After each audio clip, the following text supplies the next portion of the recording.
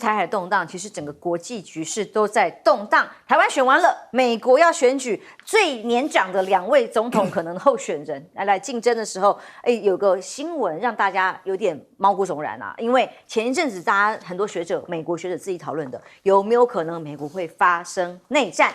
那这个状况真的有内战的氛围在？怎么说？美国德州的副州长在接受福斯新闻的访问的时候，他回答了说，美国可能发生内战的问题的时候，他警告拜登不要惹德州，什么意思？看几个画面就可以吓到人了。美国有内战了吗？坦克、自走炮都来了，挺德州杠中央，共和党有25个州的国民卫队动了耶！这画面是什么？当有民众开车出去的时候，就发现这个画面是筑墙的画面。德州为了移民的问题，在加固美墨边境的铁丝网，这不是过去川普强调的吗？继续把这个孤星计划的系列军事部署行动来推动，这个是德州自己的决定。那其他的有25个相关的25个州国民卫队，他们可以自己动用，都过去了哦。再来看这个画面，是民众开车过去看到什么？居然怎么这么多坦克车，还有军人运送在移动，发生什么事？以为到了乌克兰，没有，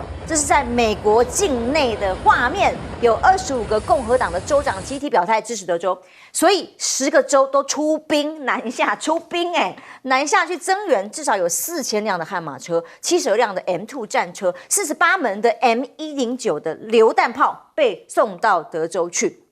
这样的矛盾升级，不是总统可以完全控制得住的吗？所以共和党人就高呼国家要离婚。川普高度赞扬，哇，德州州长你干得好，做得好，甚至攻击拜登，表示因为他懦弱无能，没有办法解决移民问题，所以南部激增的非法移民、大规模的杀伤性武器会摧毁美国。但拜登呢，现在怎么办呢？乔治亚共和党的众议员说，呼吁共和党控制红州，由民主党控制的蓝州进行国家离婚。哇！那甚至有一说议员要求拜登必须要把这个兵权啊，就是民兵啊，给收回来。但如果真的这样做的话，想必真的内战就有可能一触即发嘛。这一次的选战呢，被形容有2个史上的记录。显然，今天看到这些画面，大家就觉得，难道这个不是随便空穴来风的分析，随便都可能一触即发这种激烈的冲突？但他这个对决形容是美国史上最老的选战对手，也可能是历史最久的一场总统选举。然而，现在这个易普所的民调，好几家民调都一样，易普所也是，川普是以40%的支持度领先拜登的34%，甚至有70%的受访者认为拜登不应该再竞选连任，连竞选都不应该。所以，当华邮在推演剧本是说川普上位会发生什么事情，除了刚刚边境啊、加强管制啊、设围墙啊、对移民的更强烈之外，还有美中贸易战。川普的这个剧本里头，幕僚评估，如果重返白宫，要对中国发动一场贸易性的新大战选项，这是选项之一啦哦，包括要对中国进口品苛征60%的关税。哇，那这个想必美中的对抗拖垮的还不只是美国，可能全球的经济都会受到冲击跟影响。当然，这样相比起来，以哈冲突哦，美国不是昨天我们才看到他的军舰被攻击，还好拦截下来了吗？没有再客气的呢，他的基地直接在约旦旁边邻近的美国军事基地，居然遭到了无人机攻击，而且是在以哈冲突以来第一次造成了美军的伤亡。这次有3名美军死亡了，34人受伤。前一天这个军舰被攻击，拜登就喊说：“我一定会回击，我一定会报复。”结果现在呢，直接有3个美国的军人死亡了，34人受伤，直接基地被轰炸了。那么他说会对所有应该负责的这个责任者追究责任。那当然，立刻什么伊朗外交部啊都否认啊，那各单位都说不是我们干的啦。可是美国的报复行动会不会让整个战事升级呢？那包括这个油价也继续上涨。那美国在我们昨天那不是谈到了吗？2位首长在国外的这个会头，在泰国的见面之后，希望双方由美国出面，请中国发挥更多的作用，在中东取得更多的平衡。但现在金春拜习要通话，有没有可能布林肯也要再访北京？有没有可能在这个对话当中，中东的问题有办法解决？但来不及进一步的解决，我看起来这个冲突已经越演越烈。亮哥。这个德州这个问题啊，我认为拜登是捅到马蜂窝了。他这个最高法院是5-4通过嘛，那就是说德州要施架这个围墙或铁丝网不让移民进来，这是违宪啊。那这个当然是民主党不断上诉的结果嘛，而且拜登就是反对了。是。那可是问题是，那个移民进来的地方都是共和党的州啊，佛罗里达啊、德州啊等等啊，所以你就看到德州已经载过好几次那个游览巴士啊，给你载到华盛顿啊，给你载到民主党州啊，载到纽约市啊，等，就抗议嘛，就是说，你们要让他进来，结果都在我的州，还要吸纳我的就业，要我用资源，等啊。这个当然背后还有更深的原因啦，就是民主党的选民结构，这个进来的这种非法的移民，坦白讲就是中下阶层嘛。那这中下阶层基本上在美国境内，当然很多是有亲戚的啦，那亲戚都是支持民主党的，那共和党当然就反对嘛。那我干嘛拨那么多资源来照顾你这些非法移民啊？那另外还有一个更深的原因啦，就是美国的白人的生育率远低于 Hispanic。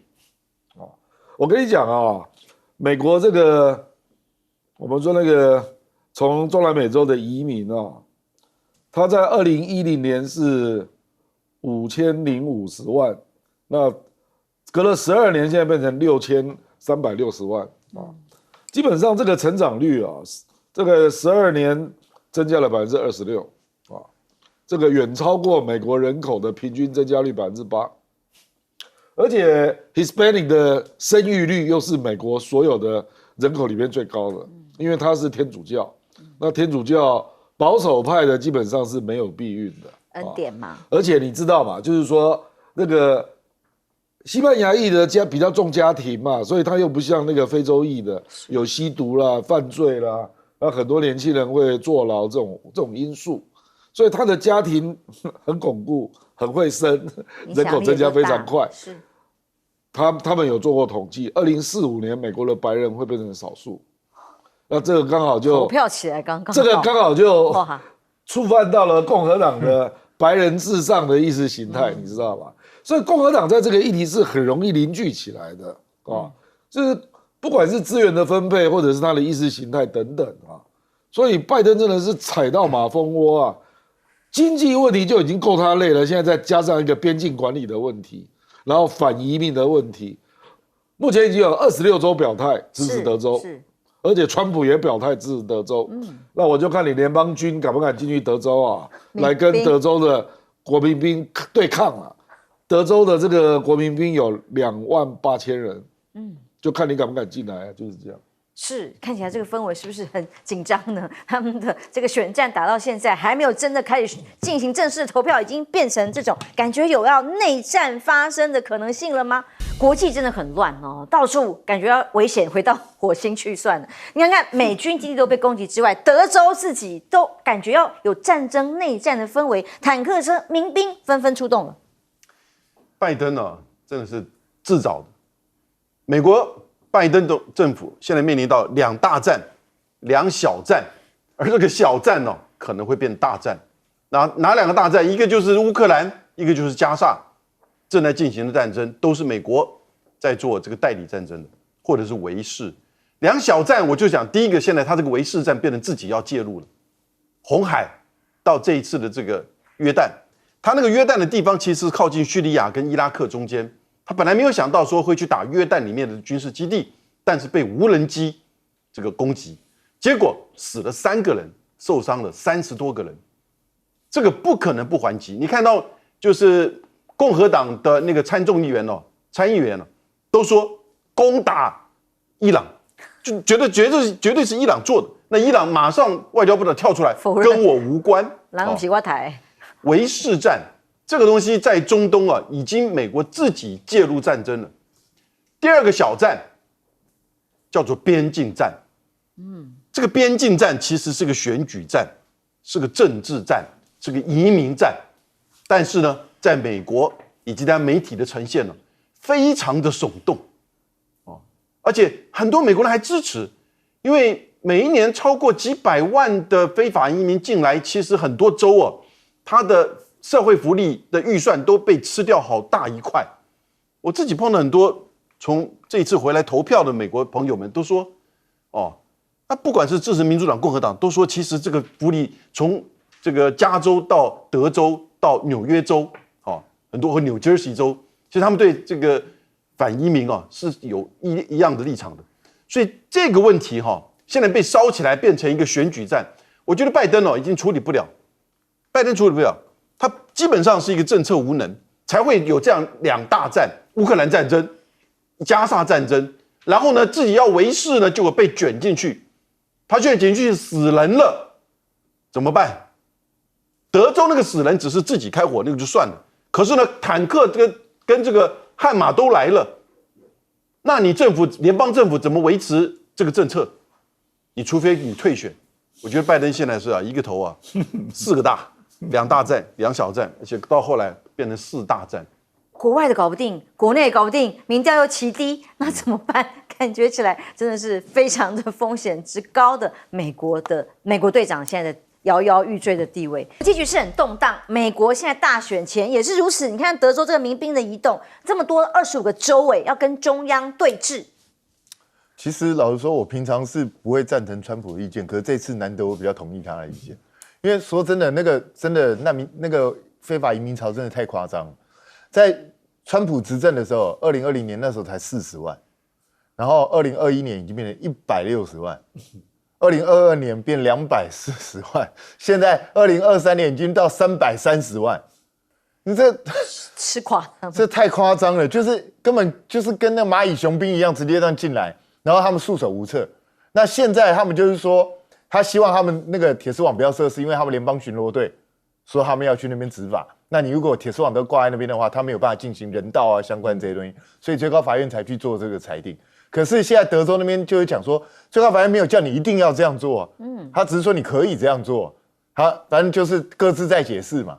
那当然，拜登现在还是很强硬，可是他已经说了，他说他也考虑可以让步啊，他甚至说，甚至有一些东西我们也可以谈，包括直接关闭美墨边境。哇，他说这可以谈，但是众议院已经呛下了，众议院共和党已经呛下说，你们就算参议院通过任何协议，我们都不会买单，全部不认。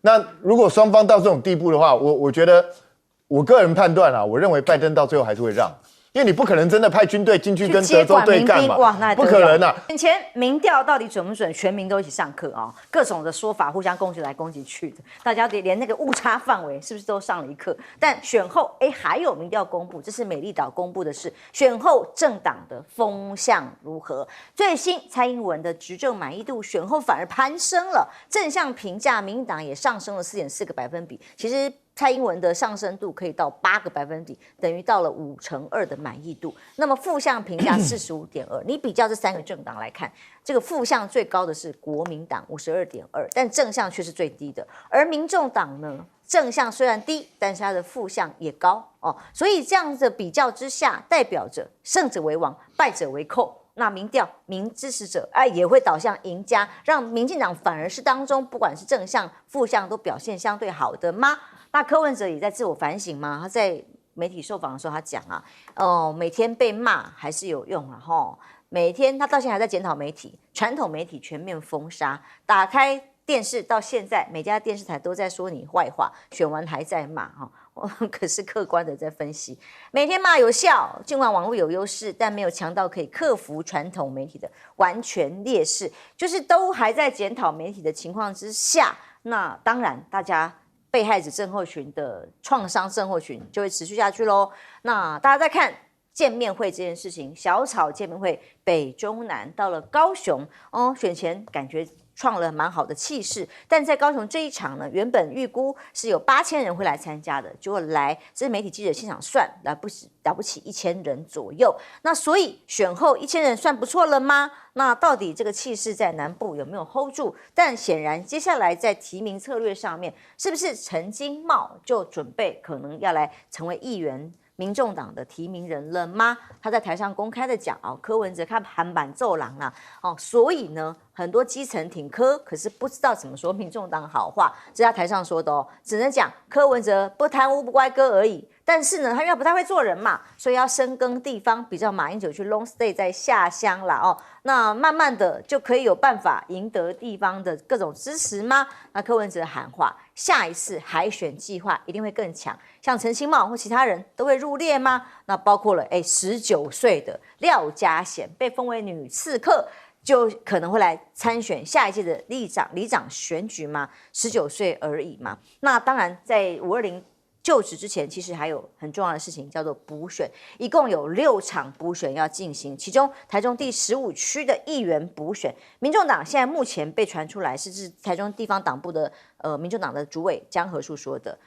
国民党议员黄仁当选立委，预计要补选的情况之下，如果胜率不高，可能蓝白合。那有一些立委当选人，他的选区要补选啊，那包括了这个6场里面，谢龙介就公开的讲，接下来几场补选是硬仗。重点反而是在民众党的角色，也观察是不是蓝白合的关键。那否则，民进党当然自己内部也很多，包括苏志芬也在分析光云林这里哦。如果说接下来国民党再赢了的话，对民进党来讲，对他就职之前这种氛围里头，恐怕也很不利。所以民进党要危险了吗？这是吴子嘉的分析哦。他柯文哲一直冲啊，从不知谦虚蹲下来反省，直到到处占便宜，这是吴子嘉说的啦哦。赖清德绝对不会放过他，他还保证哦，柯文哲到2月1号就结束，什么意思？就是国会正式成型之后就结束了嘛？不知道是什么意思。但国会的新面孔来看一下声量好了哦，就网络温度计的分析来看，前3名呢都是民众党黄珊珊，不过呢这个声量不一定是正面的哦，可能是负面的。徐小清第2名，谢龙介第3名。黄捷是民进党里面最高的啊，第4名。那在罗志强，所以我刚刚强调，不见得是正面，也可能是负声量。那以这样的声量来排行，都是相对年轻的这个后立委当选人喽。那所以这里头前3名没有绿营学者、绿营的人，而后面来讲那个绿营年轻选票，从这个趋势来看，恐怕绿营最强的只有黄捷，那怎么办啊？哦，那当然台师大的教授就分析啦，民党要注意立法院的新面孔呢，在年轻选票怎么加油，声量上都赢不过人家，那更不用讲整体的这个候选人总统级的规格了。亮哥怎么看这个从美丽岛的最新选后的民调来看政党支持度？这个没有意义了哦。这个立法院2月下旬才开议啊，开议之后新的议题就会冒出来了啦。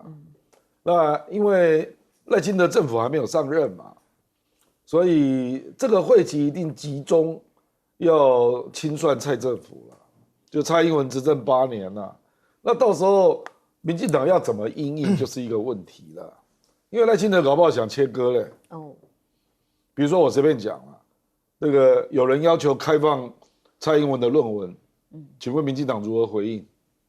你的立委都反对吗？你敢这样吗？同意哦。我是说，民进党立委敢这样干吗？是，对不对？潜舰国造要追究，那黄珊珊能反对吗？啊，还有高端要追究会议记录要公布，民进党能反对吗？所以我跟你讲，未来多了，还有 NCC 委员的人事同意权，因为这次要同意4席嘛，目前3席大概都是偏绿的啊。那未来这4席，如果国民党跟民众党讲好，比如说国民党3个，民众党1个，那绿营能怎样？到时候一定过了啊，因为蓝加白就过了啊。所以我跟你讲，未来整个氛围开始改变哦，那个整个媒体的主导恐怕不是民进党哦，因为立法院这个议题就会冒上来嘛，所以你现在去看目前这种施政满意度都是不准的啦。胜选行情啊，不是嘛？到时候大家要求蔡英文的论文公开，你去看蔡英文的满意度会多少啦？到时候蔡英文还躲避采访呢。搞不好蔡英文的民调就跌到40%，如果民进党去护航的话，所以我说政治这个是随时会改变的啦，而且未来国会的议题，它的丰富多元还有刺激的程度，一定超过行政系统嘛，你可想而知嘛，对不对？那好，等你赖清德上来了之后，罗志祥已经说他要提了那个核三的问题，他要修电业法的相关有关核能的规定啊，是你民进党怎么办？所以我跟你讲啊，蔡英文这8年留下来的坑啊，你民进党就准备去承受吧，不然就赖清德你赶快去切割吧，不然我看你的民调如何维持在50啊，因为赖清德如果两岸他不能够像2000年陈水扁这样，陈水扁是你看他怎么处理，他318当选，520他就弄了4不1没有的就职演说，稳住两岸。他还让唐飞阻隔，唐飞因为跟国民党还是有点关系嘛。陈水扁在5月、6月民调就冲到60了，而且那是第一次政党轮替，所以大家还有一点敬意啊，你知道吧？你赖清德完全不是啊，你赖清德这个叫落水啊，就是你在掉落的时候，大家就趁机把你拱下，踩一脚啊，因为你是。从蔡英文57.13跌到40%嘛，你是下落的颓势啊，所以你如果没有很大的动作，展现你的改革的力度，然后愿意务实去面对两岸的议题，我跟你讲，你这个政府就完蛋了啦。如果蓝白合作，真的就是完蛋了啦。可是完蛋了，对台湾可能是好事啦，因为这样两岸就比较安全啦。那改革也会上路了。所以我根本就不认为现在这些民调有意义了，因为2月下旬之后，整个新的议题的氛围，媒体要报道的重点跟现在完全不一样。选民可能在他下台之前给他点友善的温暖而已嘛。彬哥怎么看？我觉得柯文哲这个检讨报告蛮好笑的，他检讨的结果就是因为传统媒体对他不友善，才造成他这个问题嘛。我觉得不是这样嘛，因为你对传统媒体也很不友善。你都开地图炮，直接把所有的媒体都骂，那你怎么会你自己在骂别人，怎么会期待别人对你友善？而且我必须讲，其实你不要看柯文哲他们一家人的声量都是很高的，即使是传统媒体上啊，你看柯妈妈讲话会不会爆？会。柯美兰讲话会不会爆？陈佩琪讲话会不会爆？柯文哲自己讲话更不要讲。你们一家人讲话都会爆，中华民国除了你们家还有谁家？那你还嫌声量不够，那到底怎样声量才够？以前就陈水扁可以做到。所以我真的觉得也不用太把这个责任都归咎在别人身上，是不是要去想一想自己到底缺失在什么地方？检讨是要检讨自己缺失的地方，而不是把过错推到别人头上。我觉得这个是蛮愚蠢的这种检讨方式哦。那他高雄这一场为什么预估8000只来1000？来1000我都觉得蛮多。对啊，第一个选完嘞，选完你还期待人山人海。不过台中那一场人蛮多。对了，台中是人多。还有第二个，你高雄才刚出了大事，你忘记了？你们的主委在那边把人家志工当工读生在用，然后在那边颐指气使，在那边耍官威，那还把人家踢出群组，那你怎么会期待高雄那边有多少人来捧场？这不是很自然的事情吗？那我觉得陈其迈讲到一个症结啦。也就是他说柯文哲还蛮奏郎，那你作为一个政治人物，如果你还蛮奏郎，那请问一下你的人和到底要如何开展？你到底要怎么样去找你的朋友？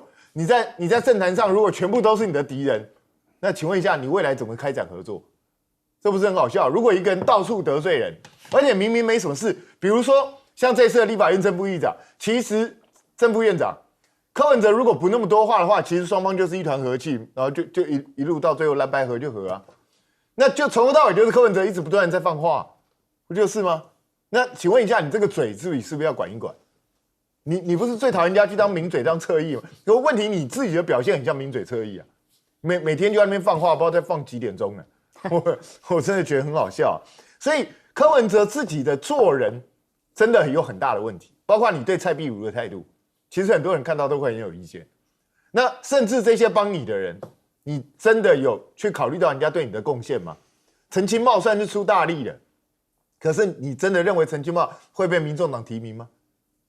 未必哦，我跟你讲，其实不见得的很，因为柯文哲就不是这种人。你看他现在又要重新再来搞海选那一套，海选真的是一个好办法吗？你忘记了你之前选出那个不分区排名里头有一个大陆过来的，徐春英，不是又剔除了？那不是后来又剔除了？那个就是你们海选出来的啊。你真的觉得你的办法是好办法吗？然后这位廖家贤，我真的不认识他，我没有意见。但是请大家去看他为什么本人跟那个形象照差距好大，根本两个人。哎，对耶，我刚还在想说是同一个人。对啊，这根本差距这么大，那这样子海选出来这样的真的是刺客吗？他的实力到底在什么地方呢？所以我真的觉得，民众党不要老是迷信那一套，你们应该要规规矩矩的在地方上去扎根，然后因为现在有蓝白合这个大势所在，你们要积极的去谈蓝白合这个东西，才能够攻城略地。我是真的是帮民众党设想，你们应该要往这个方向去走。而如果还是每天想要权谋，今天这样，明天这样，以为我关键8席就如何，到最后你会吃不了兜着走。我讲实在话，民众党真的不要去好高骛远，不要去想去跟人家玩什么阴谋诡计，玩阴谋诡计你玩得过老柯。所以我真的觉得民众党应该要脚踏实地，赶快去做，将来才大有可为。不只是国会的龙头的补选啊、改选啊，或者是地方上面的补选，有这么多个地方都可能会影响到有没有合作，拿不拿得下来都是关键。前天26号在东京早稻田大学有一个会议，日本几个来台湾观选的学者，大家都认识，小笠原、松田康博、这个洛林正丈，他们开记者会，很多人台湾方面都有报道。松田康博，我的朋友，我还跟他一起合写书，我觉得他讲错了一个东西。他说这一次的选举，国民党会面临到长期衰退倾向的明显，而民进党长期执政会开始展开。报纸上这样写，我刚才确认了一下。各位，2008年的时候当那个时候陈水扁因为贪污，然后呢，这个红衫军马英九上来，夹的民进党贪污，那个时候还出了一副扑克牌，记不记得？每一张扑克牌都是民进党的一个政治人物，每一个人都贪污。然后呢，马英九挟的做台北市长的这样一个身世上来，那个时候当然国会也都是绝对过半，很多的一些观察家就认为从此国民党会长期执政，就像是90年代以前一样。今天呢，现在民进党还打破8年的这个政党轮替，赖清德又上来，虽然是双少数，所以我是觉得亮哥刚才讲的对，政治随时会变的啦。所以美丽岛这个民调这样的东西你真的连参考都不需要去参考，真的因为这个有没有机构效应，我觉得蛮强的机构效应嘛。而且在这个时间点做这个意义又何在？当然，也许他是说它是一个滚动式的，可是接下来的国会，它会超乎想象，我们过去没有经历过的这种动荡而且有趣，韩国瑜自己讲的刺激，对不对？那希望很快乐。可是呢，这个的的确确就会影响到大家对于政党的认知，而另外一方面，行政部门的这个问题越来越多。不过国民党的年轻立法委员，我们看了这边这个声量排名是没有错，可是跟各位讲你看看每个区国民党年轻立法委员都是叔叔伯伯阿姨支持当选的啦。有多少你的票里面是真正40岁以下的年轻人？我觉得这是一个政党的结构。那有一些年轻人他能够得到选区里面部分年轻人的支持，但是那是政党属性的结构。但是呢，这个好处是国民党是推出了这些年轻人，能不能扩大年轻人的支持？我觉得这当然要看你的努力民众党县市议员没有问题，县市长算一算，有哪一个接下来有机会在26能够取得县市长？如果没有的话，民众党你还是要回到你自己政策的本位，做好监督的角色。观众朋友平安，欢迎收看 TBS 新闻大白话，我是王浅秋。首先介绍这一节跟我们一起讨论国际以及国内议题大白话的来宾，第一位是耶鲁政治学博士郭正亮亮哥，大家平安。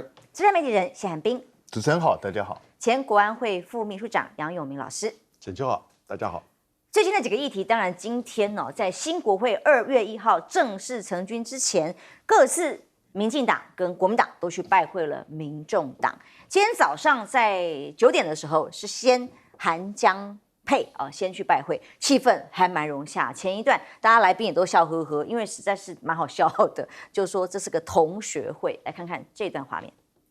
想太多了。2024年2月1号开始，我们10位立法委员就是同班同学。若干年之后，我们有一天会离开立法院，回想这一段，既甜蜜，又紧张，又刺激，又帮老百姓满足了很多需要，又带动了国会的改革。真的是非常快的一件事情。我是抱持的这样的一个观念来，真的是三观正确。那也非常感谢国昌兄跟民众党的8位立委。就是套近乎啦哈，我们是同班同学，不是别班的哦，都同班的，大家一起努力的概念。哎，甚至黄国昌那么多恩怨情仇，这一报有没有泯恩仇？看起来黄国昌是有点拍谁？看看这段画面。那就这样子啊，谢谢大家。好，那就差不多了吧。好，来，国昌兄抱一下吧。OK。谢谢啊，谢谢。我看到这段画面，刚刚辉文都还放不下，放不下什么呢？辉文放不下过去黄国昌检举韩国瑜岳父杀子场，挖呀挖呀挖，什么也没挖到。那要不道歉呢？这是辉文哥觉得他应该要道歉啊。那批韩国瑜买豪宅炒房，那人家这个房子就是也赔钱啊，就出去了啊，呛韩国瑜吼大卖照，呛公开肇事明细等等的啦哦。但现在看起来是握手言欢，那么在这个场合里，感觉是还蛮正向的，也没有任何的恩怨可言。那相对于国民党啊，这组人去拜会的时候，欢乐无法挡啊，在民进党的部分，感觉是黑白脸，甚至有点尴尬的啊。柯建铭就公开的说，哦，如果他去到那个场合拜会的话，民众党看到我会昏倒。哦，国民党在被骗哦，被民众党骗，就自己白痴，这个叫做私设行堂啊，宴无好宴，叫大家去面试，民众党要投给谁？难道还没有定数吗？干嘛演这出戏呢？荒谬至极，毫无意义，话一直讲得很重，柯总召啊。但柯文哲回应说，会尊重客人意见，要不要开放，要怎么见面哦？看起来柯建铭没有很希望游锡堃当选的样子，就双柯互杠，黑脸是这样黑脸的。不过民党一样是游锡堃带着蔡其昌一起去拜会，下午的时段叫做相敬如宾嘛，没有那么欢乐啊，但也是去拜会了啊。立法院龙头到底会挺谁？民众党的最后一步，其实到现在没有人会知道嘛，他怎么做？那吴子嘉断言。100%啊，已经挺韩国瑜了，真的吗？真的连韩国瑜可能都没有把握，只有最勾引的游锡堃老实人，没有跟柯文哲打过交道。有啊，之前不是也票投给游锡堃吗？推估柯文哲100%已经定了要投国民党吗？那当然，合照上线的端倪是一边很欢乐，你看江启臣从头那个嘴巴笑到合不拢，笑得超夸张的哦。那另外一边呢，就严肃许多，尤其是蔡其昌。几乎是不苟言笑的地步，从头到尾几乎没有什么笑容。但C 位是谁？黄国昌哦。那未来双黄在党团里面的运作，成为最主要的主导跟决策，当然是如此。而黄珊珊把这个位置给了黄国昌，这也是一种所谓 C 位谁来占主导的概念嘛。那当然还有一个讨论单一召委制这件事情，昨天我们节目上也讨论了很多。黄国昌提出来说要单一召委，把现行的委员制双召委改成一个召委啊，否则呢就会弱化国会的监督能量，沦为国民党、民进党两大党分赃的安排。那柯建铭回应啊，这个时候抛出来，就是因为召委有委员会委员来选举啊，目的根本就是在民助国民党吗？那让蓝委拿到所有的召委，再借此向国民党叫板分召委，司马昭之心，路人皆知。那黄国昌也在呛啊，这两个人都互相呛来呛去的，说民党也曾经提案要改单一召委啊，那怎么现在就不一样了呢？不一样的标准吗？而这件事情，国民党在韩国瑜的部分是表示全盘的接受，而民众党提这个国会改革案，游锡堃也表态了，他也赞同国会听证权单一召委制哦。虽然昨天我们来宾讨论很多，亮哥也说，其实这个是不利小党的制度，但是两个大党都说支持啦。那民众党提出来的，显然都谁当选，哪一组人当选，就会往这个方向来推进吗？而有个内幕分析是，蓝白会并没有谈到立法院长选举。韩国瑜跟陈昭之自曝，我跟陈水扁很熟，那意思是什么？他跟谁都很熟啦，这是我对韩国瑜的了解。亮哥怎么看今天在国会龙头正式产生之前双方的拜会？我觉得有几个迹象都看起来是蓝白合啦。第一个就民众党占C位的是黄国昌，不是黄珊珊啊。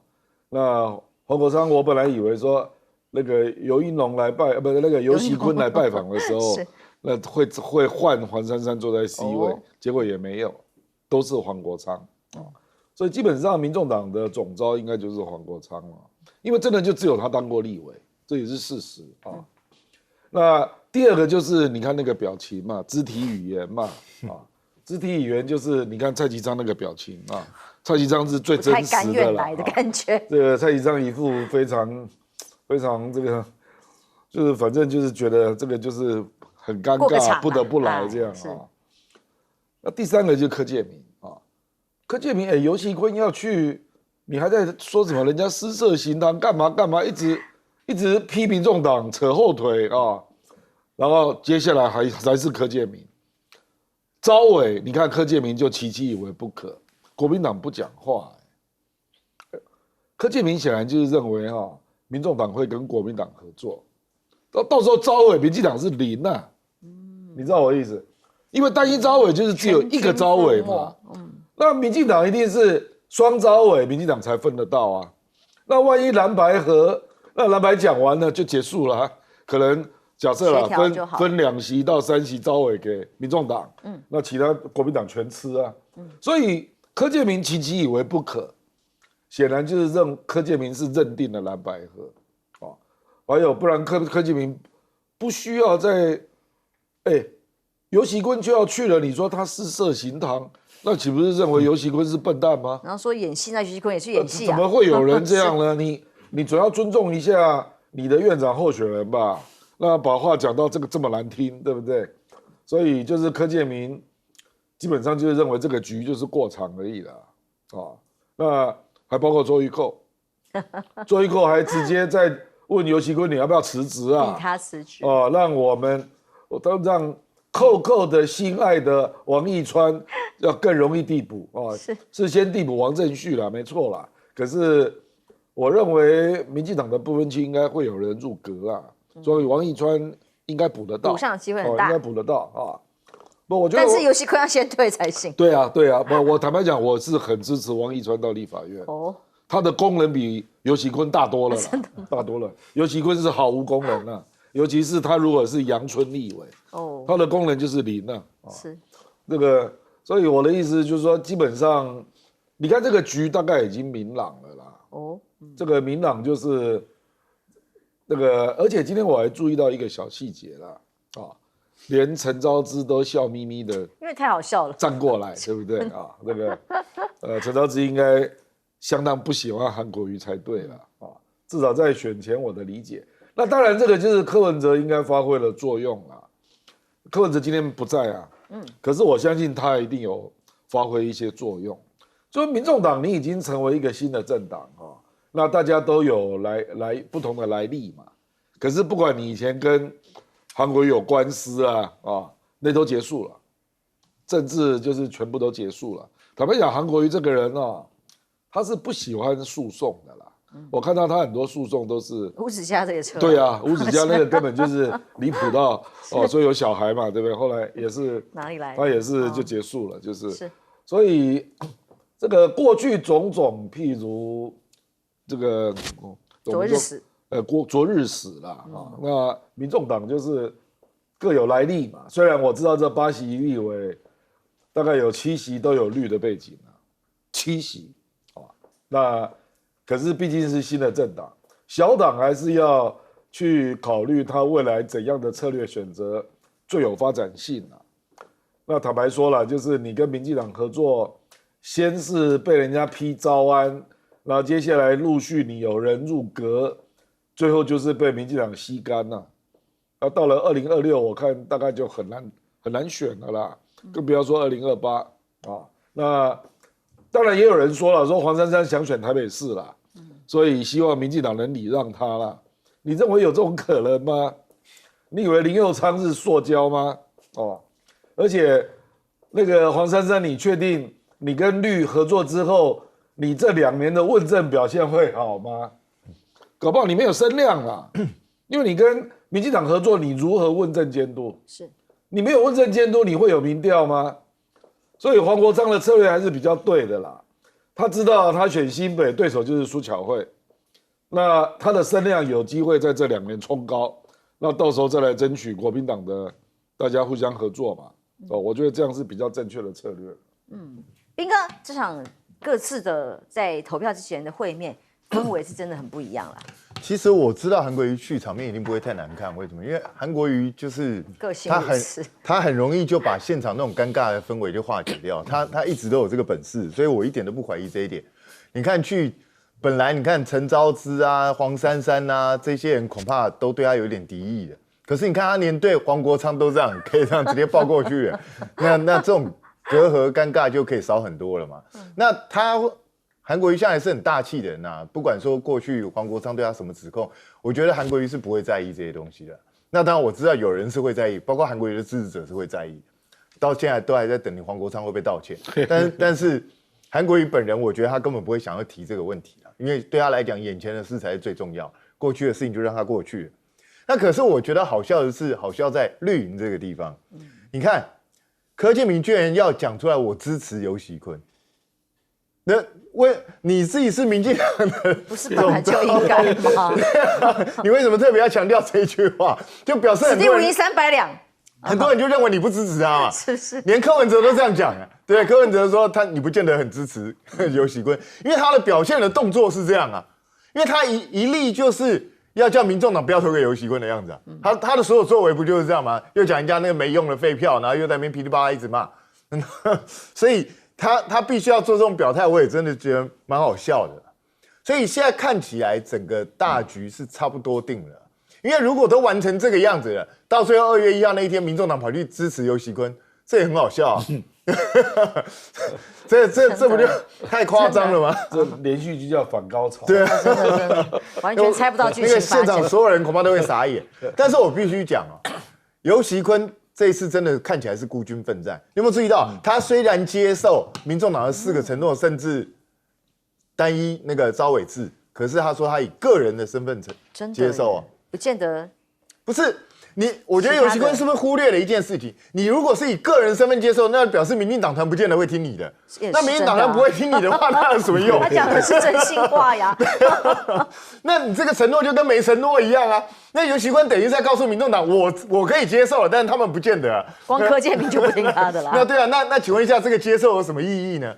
然后我觉得更可悲的是什么？刚亮哥提到礼拜5那天，Coco 姐直接对游锡堃就逼宫了。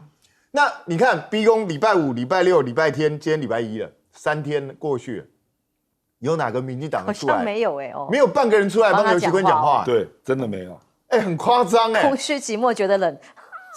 我觉得真的连他们正国会都没有人帮他讲话，真的会不会太夸张？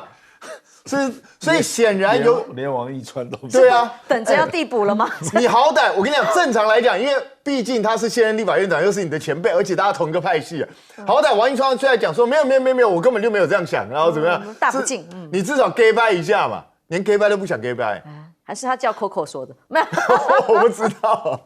所以其实这看起来蛮有点让人家心凉的，也就是好歹他没有功劳也有苦劳，也帮你们做了4年的立法院长，结果整个党没有人要支持他，我觉得这个感觉蛮悲哀，好像这一次根本就是他一个人要竞选的样子，整个党好像都不看好，觉得你输定了，我也不想支持你，有一种悲凉的气氛。对啊，因为我觉得如果这种态势到最后游锡堃是有可能，因为在党内整个的压力之下，他立法院长如果没选上，可能他到最后真的会鼻子摸摸辞职，因为压力太大了。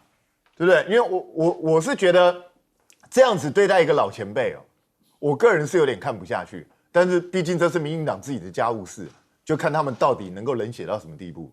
不过说真的，对民进党来讲，柯建铭一直呛得这么的这个鲜明这么的难堪的话，到时候如果蓝白一路就是一直都合作所有的法案的话，他们也完蛋了呀。我不确定会不会蓝白合了，在立法院院长的选举上，但我现在真的确定。韩江配会当选，大概就这么清楚了。因为各位，民进党已经执政8年了，他是双重多数，到现在是双重少数，但继续执政。那如果立法院的院长居然还是民进党的人连任，而且还是那个大家真的前面2位都瞧不起的形同虚设的游锡堃继续连任，台湾政治还要搞吗？对不对？民众党你根本就自废武功嘛！如果是你去支持绿白配的话，那从此国民党就可以说，从此监督这个少数政府双重少数40%、51席的民进党政府，唯一的监督者就剩下国民党。对不对？哦，当然了，在法案上、在预算上还是会有很多合作的空间，但是呢，媒体跟国民党自己本身的立场，我就很清楚，这对国民党的士气哦，会是一个帮助，所以不一定就是说，其实绝对对国民党是这个有害的哈。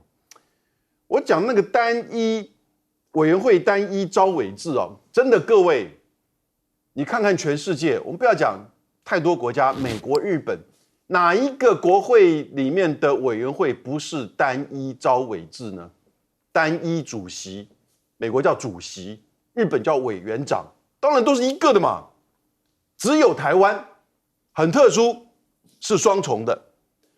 日本的委员长，你看他的众议院呢、有17个委员会，13个都是自民党，然后呢，2个给他的党友公民党，2个给立宪民主党，哦，大概就是这样子。美国呢也是一样，美国更进一步啊，提供大家参考的是，你了解美国这个政党政治运作的话，他的国会在这个众议院或就参议院多数党哈，他真的叫赢者全拿，所有的委员会的主席通通都是他这个党，不可能他让给另外那个少数党，就算只差1票，哦，而且不止如此，委员会里面的工作人员助理有1/3到1半会是他党的人来去接手，然后呢，所有的议程他定，以及甚至到会议室你要借用，必须要由这个召委来这个主席来同意。在台湾不是这样，台湾就变成一种双召委，然后呢再加上政党协商，就完全在等于是和稀泥，完全在透过这种所谓的交易的这种方式，密室政治就给了这些密室政治很多的空间，让国会里面的责任政治的这种形态都减少。我过去以前经历过，我在做新闻局长的时候修改这个公共电视法，结果呢，管碧玲做主席，那个时候国民党是多数，在委员会里面多数，他就主席一个人把这个挡下来说啊，那进入到政党协商，结果政党协商呢被戳掉。他如果过了委员会的话，其实马上就会要进3读进院会，这个法案就会过。哦，所以各位，其实双召委的这个制度啊，真的大家继续盯下去，我觉得如果做得到的话，责任政治在立法院才会比较更加明确。